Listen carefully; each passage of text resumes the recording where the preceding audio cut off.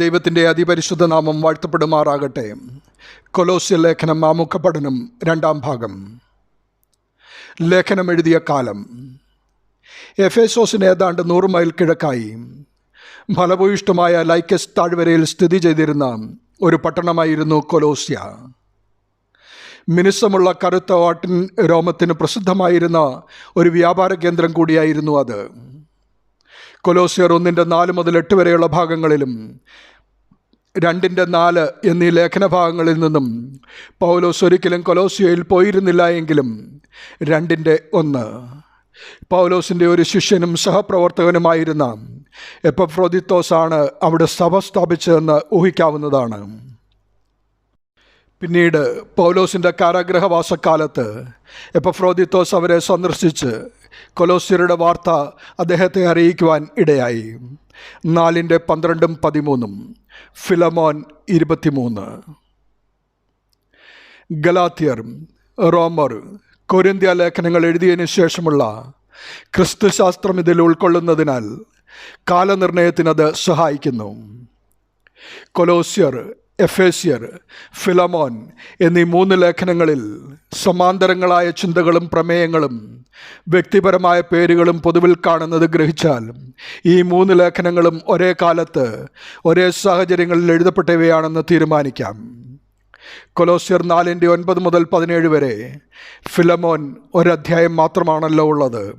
അതിൽ 2, 10, 23, 24 എന്നീ വാക്യങ്ങളിൽ. കാരാഗ്രഹ ലേഖനങ്ങളിൽ 4 അപ്പോസ്തലൻ്റെ റോമിലെ ആദ്യ കാരാഗ്രഹവാസക്കാലത്ത് എഴുതപ്പെട്ടിരിക്കണം. എഫേസ്യർ, ഫിലിപ്പിയർ എന്നിവ എഴുതിയ കാലം ഇത് വെളിവാക്കുന്നു. അങ്ങനെയെങ്കിൽ AD 60-നും 63-നും ഇടയിലുള്ള കാലഘട്ടങ്ങളിൽ 4:3 വാക്യം 18 പൗലോസ് ഇത് എഴുതുകയും തിഹിക്കോസിൻ്റെ പക്കൽ കൊലോസ്യയിലേക്ക് കൊടുത്തയക്കുകയുമാണ് ചെയ്തിട്ടുള്ളതെന്ന് 4:7 മുതൽ 9 വരെയും, എഫേസ്യ ലേഖനം 6:21-ലും ഫിലമോൻ 10-12 വാക്യങ്ങളിൽ നമുക്ക് കാണുവാൻ സാധിക്കും. എപ്പഫ്രോദിത്തോസ് പൗലോസിനെ സന്ദർശിച്ച് കൊലോസ്യയിലെ സ്ഥിതിഗതികൾ അറിയിച്ച സംഭവമായിരിക്കണം ഈ ലേഖനത്തിന് പ്രേരകമായി തീർന്നത്. മുഖ്യമായും യഹൂദര ജനങ്ങൾ വസിച്ചിരുന്ന കൊലോസ്യയിലെ സഭയ്ക്ക് ഒരു ദുരുപദേശത്തിൻ്റെ ശക്തമായ ഭീഷണിയെ നേരിടേണ്ടി വന്നു. അവർ അതിന് കീഴടങ്ങി ഇരുന്നില്ലെങ്കിലും യേശുക്രിസ്തുവിൻ്റെ സുവിശേഷത്തിന് അതൊരു വലിയൊരു വിപത്തായിരുന്നു. അതിനെ നിരാകരിക്കുന്ന ലേഖനഭാഗമാണ് 2:8 മുതൽ 23 വരെയുള്ള വാക്യങ്ങൾ.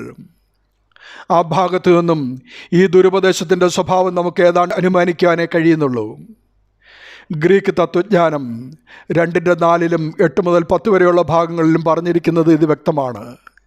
യഹൂദന്മാരുടെ ന്യായപ്രമാണ ചിന്ത 2:11 മുതൽ 17 വരെയും, പൗരസ്ത്യദേശത്തെ മിസ്റ്റിസത്തെക്കുറിച്ച് 2:18 മുതൽ 23 വരെയും എന്നിവ കൂടിക്കലർന്ന ഒരു മതസമ്പ്രദായമായിരുന്നു അത്.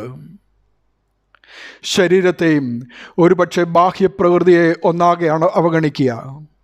പരിച്ഛേദന, ഭക്ഷ്യനിയമങ്ങൾ, ബാഹ്യാചാരങ്ങൾ എന്നിവയ്ക്ക് പ്രാധാന്യം നൽകുക, ശരീരത്തെ പീഡിപ്പിക്കുക, ദൂതന്മാരെ ആരാധിക്കുക, യോഗാത്മകാനുഭൂതികൾക്ക് സ്ഥാനം നൽകുക എന്നിവയെല്ലാം അതിൻ്റെ ഭാഗമായിരുന്നു.